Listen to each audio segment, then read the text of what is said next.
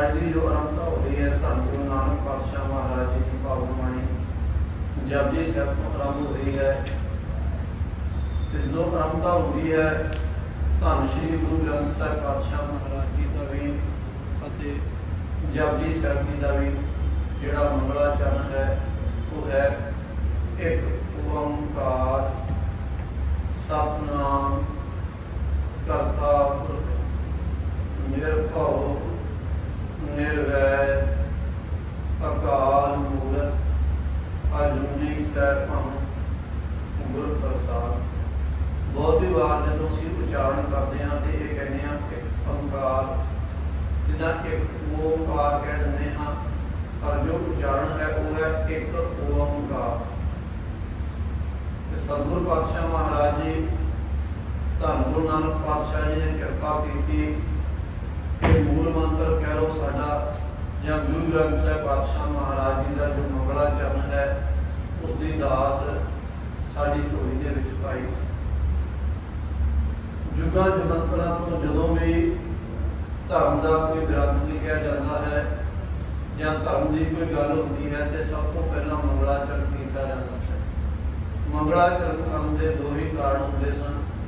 एक तो जिहड़ा कार्य करन लगे हाँ उस दे विच सिद्धि प्राप्त हो जाए, सफलता प्राप्त हो जाए।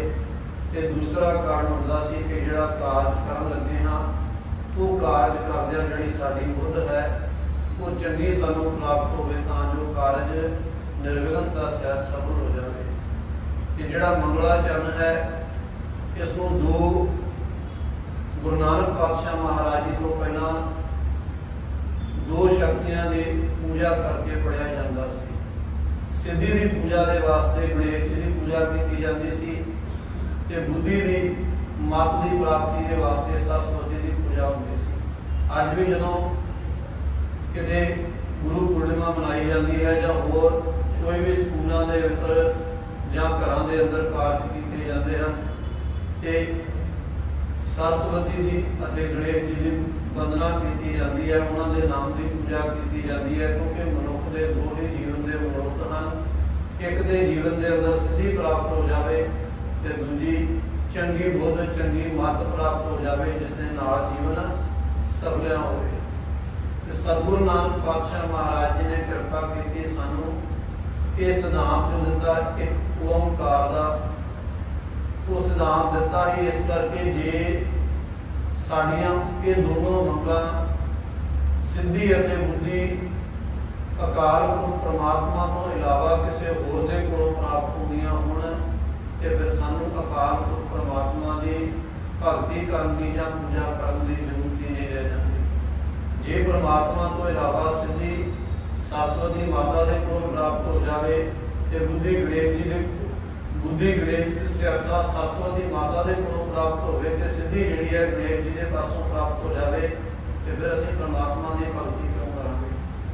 पर गुरु नानक पातशाह जी का सिद्धांत है कि सिद्धि का दाता भी ते बुद्ध का जिहड़ा दाता है मत का दाता भी वो अकाल परमात्मा आप है। असीं अरदास दे विच भी रोज़ पढ़ते हैं कि मत का राखा आप वाहिगुरू। मत देने वाला भी ते सानू जीवन के अंदर सफलता देने वाला भी वो एक अकाल परमात्मा है, एक ओंकार है। ते जिहड़ा मत देने वाला है वो सदा सत भी है, उसका कदे भी अंत होने वाला नहीं है, वो सदा सलामत निरंकार है, वो सदा रहने वाला है। ते जिहड़ा उसका नामना है वो भी सब तो बड़ा है। दुनिया के अंदर किसी की किसी गल करके वडियाई हो सकती है, किसी की किसी गल करके वडियाई हो सकती है। असीं किसी को कह सकते हैं कि तेरा अजकल नाम बहुत बड़ा हो गया या फलाने की वडियाई फलाने की संसार के अंदर चढ़त बहुत है, पर वो कुछ समय की है। परमात्मा जिहड़ा है वो सदा रहने वाला है ते परमात्मा का नाम भी जिहड़ा है वो सदा सलामत है, सदा स्थिर है। परमात्मा तो बिना होर कोई दूसरा नहीं है जिहड़ा इस संसार के अंदर रहने वाला हो। ते उस सदा रहने वाले ने ही साड़ी सृष्टि की रचना की है। इसे करके असं कहने करता पुरख है। दुनिया के अंदर कोई मिस्त्री चीज बनाता है, कोई गड्डी बनाता है, कोई कलाकार कलाकारी करके मूर्ति बनाता है, कोई भी पदार्थ बनावे, वो कलाकार अपने घर बैठा है तो गड्डियां संसार के लोग सड़क के उत्ते रोड के उत्ते चला रहे हैं करते वो मिस्त्री हैं इंजीनियर हैं, पर चला असी रहे हैं साडे नाल कोई इंजीनियर नहीं बैठा। जे किसी मूर्ति घाड़े ने मूर्ति घड़ी है तो वो मूर्ति साडे घर दे विच है तो मूर्ति जिहड़ा घाड़ा है कलाकार है वो अपने घर के अंदर बैठा। होर भी अनेकों वस्तुआं असीं आसे पासे नज़र मारांगे तो बनाउण वाला अपने घर है जां वो किते साडे नेड़े भी नहीं है तो असीं उसकी बनाई हुई चीज़ नूं वरत रहे हैं। पर अकाल पुरख परमात्मा एक ऐसा करता पुरख है जिन्हें सृष्टि बनाई भी है तो जिहड़ा साडे अंदर रमिया होया भी है। हर जीव जंतु के अंदर वो अकाल पुरख परमात्मा रमिया होया है। घट घट में हर जू बस वो अकाल पुरख परमात्मा जिस भी जीव ने संसार के अंदर जन्म लिया है उसके अंदर वो अकाल पुरख परमात्मा वसिया होया है। वो करता पुरख जिहड़ा है सदा साडे नाल है ते वो करता पुरख है भी इहो जिहा कि जिन्हों किसी का संसार के अंदर सृष्टि के अंदर डर नहीं है, वो निरभव है, निर्वैर भी है। संसार के अंदर सियाणे लोगों का मानना है कि जिहड़ा मनुख मन के अंदर किसी का दुनियावी वस्तु का डर रखता है जां किसी के नाल बैर रखता है उन्होंने नरक जाने की लोड़ नहीं, उसका इत्थे ही नरक है क्योंकि हर वेले वो डर के विच जिउंदा है। ते डर सानूं जिहड़ा लगता है जां ते अपने तो वड्डे दे कोलों लगता है ते जां जे साडा बैर है ते अपने शरीक दे नाल है। बड़ा अकाल पुरख परमात्मा तो और कोई नहीं है। बड़े दियां वड्याइयां हमने भाई साहब ने शब्द पढ़िया है आसा जी की बात का आखिरी शक्का कि बड़े दियां वड्याइयां कुछ कहना कह ना जाए, सब तो बड़ा वो अकाल पुरख परमात्मा है, इसलिए उसनों किसी का डर नहीं है। ते निर्वैर को निर्वैर इसलिए है क्योंकि उसका कोई शरीक भी नहीं है, उसके बराबर का भी कोई नहीं है। सानू दुनिया के अंदर डर हो सकता है क्योंकि साढ़े तो बड़ी पहुँच वाला कोई हो सकता है, साढ़े तो बड़ी शरीर ताकत वाला कोई हो सकता है, साडा बैर भी है क्योंकि साढ़े शरीक भी हैं, साढ़े बराबर के भी हैं। पर परमात्मा जिहड़ा है वो ला शरीक है। आपां रोज़ जाप साहब के अंदर भी पढ़ते हाँ कि निरशरीक है, परमात्मा का कोई शरीक नहीं है। ये सब तो बड़ा भी है इसलिए वो निरभव भी है। ते पातशाह जी ने पावन बाणी के अंदर की कि जे मनुख ने निरभव बनना है तो फिर निरभव जपै सगल भव बेटा जी असं उस निरभव प्रभु को जपांगे तो सानू दुनियावी जिहड़े डर हैं वो खत्म हो जाएंगे। अकाल मूरत साढ़े सारे के उत्ते काल का जिहड़ा है वो प्रभाव है, पर परमात्मा के उत्ते काल का प्रभाव नहीं है। परमात्मा को किसी गल का दुख नहीं है, परमात्मा दुखों सुखों तो भी बाहर है तो परमात्मा काल के प्रभाव तो भी परे है। साढ़े जीवन के अंदर दुख है तो दुख का समा होवे ते चाहे सुख का समा होवे कुछ ना कुछ समय के बाद घट जाता है। सुख का समा होवे ते मनुख का दिन इस तरीके के नाल लगता है कि मनुख शाम को कहता कि अज का दिन ते पता नहीं एक मिनट के विच ही लग गया, इन्ना सुख का निकलिया। ते जे दुख की गल होवे ते मनुख कहता है कि मेरे को घंटा समा भी होवे ते वो भी मैनू दिन भर का बड़ा लगता है कि अज दुख का समय सी कि दिन जिहड़ा है ये समा जिहड़ा है ये खत्म होते नहीं होता। धन गुरु अर्जन देव पातशाह महाराज जी ने भी कृपा की है कि जदों मनुख दुख दे विच होवे फिर चार पहर चौं जुगे समाने रैण भई फिर अंत न जाए। कि जिहड़े चार पहर भी हैं भाव एक दिन का समा भी जो है जीवन के उत्ते कि वो चार युगों के समान है। ते जे रात पै जाए तो फिर अंत ना जाना, फिर अंत नहीं कि रात दुखों की कदों खत्म होगी। ते दुख जिहड़ा है सानू जीवन के अंदर सब तो बड़ा दुख विछोड़े का है, जिसके बाबत बाणी के अंदर लिखा है कि जन्मां जन्मांतरां का विछोड़ा है साडा परमात्मा दे नाल। जो विछोड़ा जिहड़ा है वही साडे दुख का कारण है, वही उसे करके सानू जीवन के अंदर डर है, भावें जमा का डर होवे, भावें शरीकां का डर होवे, भावें किसी भी तरह का डर होवे, वो साडे उत्ते डर है, वो दुख है। कि परमात्मा जिहड़ा है इन्हां सारियां गल्लां तो ऊपर है, क्योंकि वो बड़ा है। अकाल काल तो परे है, परमात्मा तिन्ना ही कालों दे विच नहीं आउंदा, वो त्रै कालदर्शी है, तिन्ना कालों के उत्ते अकाल परमात्मा का प्रभाव है। कदे किसी ने ये नहीं कहा कि परमात्मा सी, परमात्मा कदे भी भूतकाल नहीं बन सकता, कि कदे किसी ने यह भी नहीं कहा कि परमात्मा होएगा। इसका मतलब अज नहीं है, आने वाले समय के होएगा। जो भी असीं कहांगे कि परमात्मा हाजर नाजर है, परमात्मा सदा ही वर्तमान काल दे विच है, परमात्मा सदा रहने वाला है, उसके उत्ते कदे भी काल का प्रभाव नहीं है।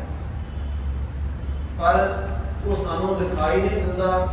असीं कहने कि परमात्मा का चक्कर चिन्ह रूप रंग अजात पात नहीं तुझे, परमात्मा का कोई शरीरक रूप नहीं है, परमात्मा दिखाई नहीं दिंदा।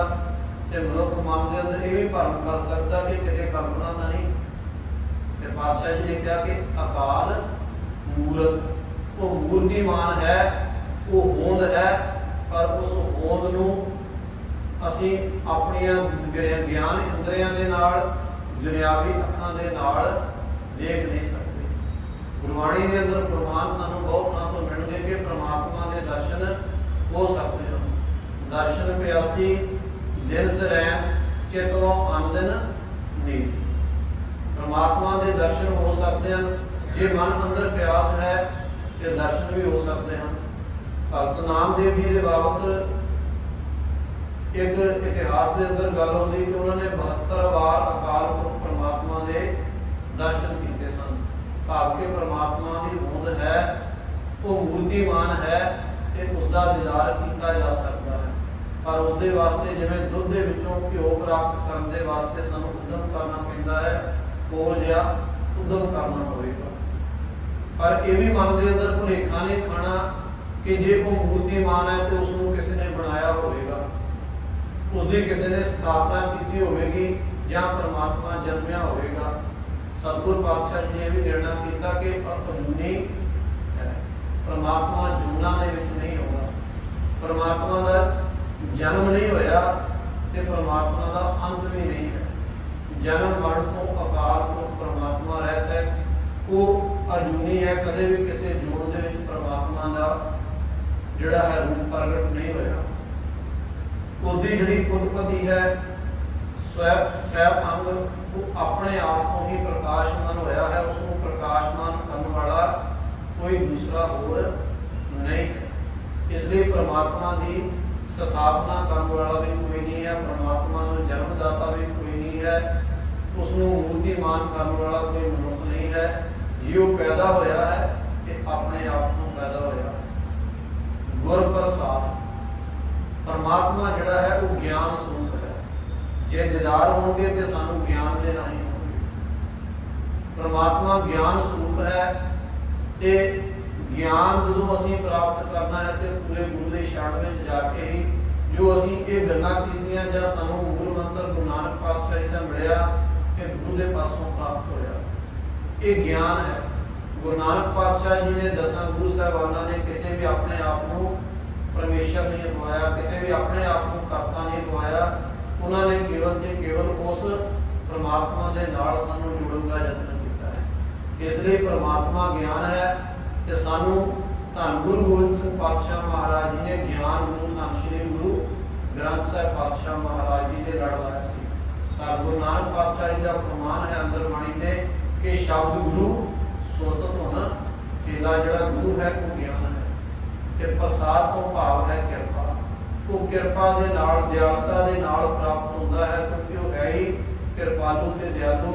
उसकी प्राप्ति करने के वास्ते सानू गुरु की मत लैनी पवे, गुरु का ज्ञान प्राप्त करना पवेगा। उस ज्ञान के राही ही असी परमात्मा की प्राप्ति कर सकते हैं, उसके वर्गे बन सकते हैं, उसके विच अभेद हो सकते हैं। ये है मूल मंत्र। उस तो बाद बाणी का नाम आता है जप, जो जपजी साहिब की बाणी का सिरलेख है। अनेकों बाणियां गुरु ग्रंथ साहिब महाराज जी के अंदर हैं। जप साहब है, सोला है, आनंद है, सुखमनी साहब है। साहब किसी के नाल नहीं लगा, असीं सरकार के वल्लों जपजी साहब कहते हैं, सोला साहब कहते हैं। गुरु ग्रंथ साहब के अंदर केवल बाणी का नाम है राम करी महला तीजा, आनंद गौड़ी सुखमनी महला पांचवा। ओंकार बाणी का नाम है, दक्षिणी राग का नाम है। और अनेकों बाणियां गुरु ग्रंथ साहब महाराज जी के अंदर हैं जिन्हों का नाम है। इस तो बाद सतगुरु पातशाह जी ने कृपा की, जपजी साहब की बाणी की आरंभता हुई।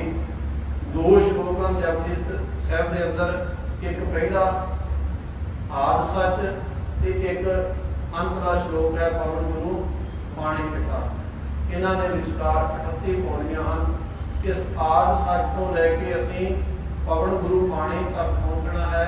जिन्हें नाम ते आया गए मशक्कत काल, नानक ते उजले खेती के नाल इस अवस्था को प्राप्त करने के वास्ते सानू जप बाणी को पढ़ना ते विचारना जरूरी है। पातशाह जी ने कृपा की कि आदि सच वो आदि काल तो भी पहला दा है, कदों दा है किसी को भी नहीं पता। जुगाद सच जुगां तो भी वो पहला दा है, जदों दी जुगां दी बनतर बनी है वो उस तो भी पहला दा है भी सच तो सदा रहने वाला है, अज भी है। होसी सच तो रहेगा भी, नानक होसी भी सच को साडे जान तो बाद भी रहने वाला है। पर रहिंदा कित्थे है, उसकी प्राप्ति किवें होनी है, ये सानू जपजी साहिब के विचार के विचों पता चलेगा। भगत कबीर जी का फरमान है कि जिनस न रैण वेद नहीं शास्त्र, तहां वसै निरंकारा। जिथे दिन ते रात का भी प्रभाव नहीं है, जिथे वेदा शास्त्र भाव धार्मिक ग्रंथों का भी प्रभाव नहीं है, वो अकाल पुरख परमात्मा उत्थे भी वसदा है। भाव दुनिया साड़ी जिथे तक निगाह जाती है, जिथे तक सानू प्राप्ति है ज्ञान की, उस तो बाद भी जो कोई दुनिया है तो परमात्मा उत्थे भी वसदा है। उसकी प्राप्ति के वास्ते सानू अगाह जो धन गुरु नानक पातशाह जी ने कृपा की है, जपजी साहिब ने 38 पौड़ियों के अंदर उन्होंने विचार रटन करके आने वाले दिनों के अंदर करनी है। अज का जो मूल मंत्र है तो जपजी साहिब का पहला श्लोक है, उसकी आप रटन करके विचार की है कि अकाल पुरख परमात्मा जो सदा रहने वाला है, सब तो बड़ा है, निर्भव है, वैर रहित है, अकाल मूर्त है, कालों के प्रभाव तो परे है, करता पुरख भी है, सानू बनाने वाला भी है, जोना तो रहित भी है।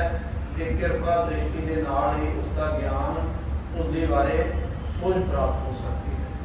दुनिया गलतियों भुलों की क्षमा बख्शनी। आओ रल करके आनंद साहिब जी की पावन बाणी का जाप करिए जी। गुरु पातशाह जी कृपा करन इस तरह ही आने वाले दिनों के विचार करके असीं जपजी साहिब की संध्या भी करांगे ते विचार भी करांगे। राम कली महला तीजा आनंद एक ओंकार।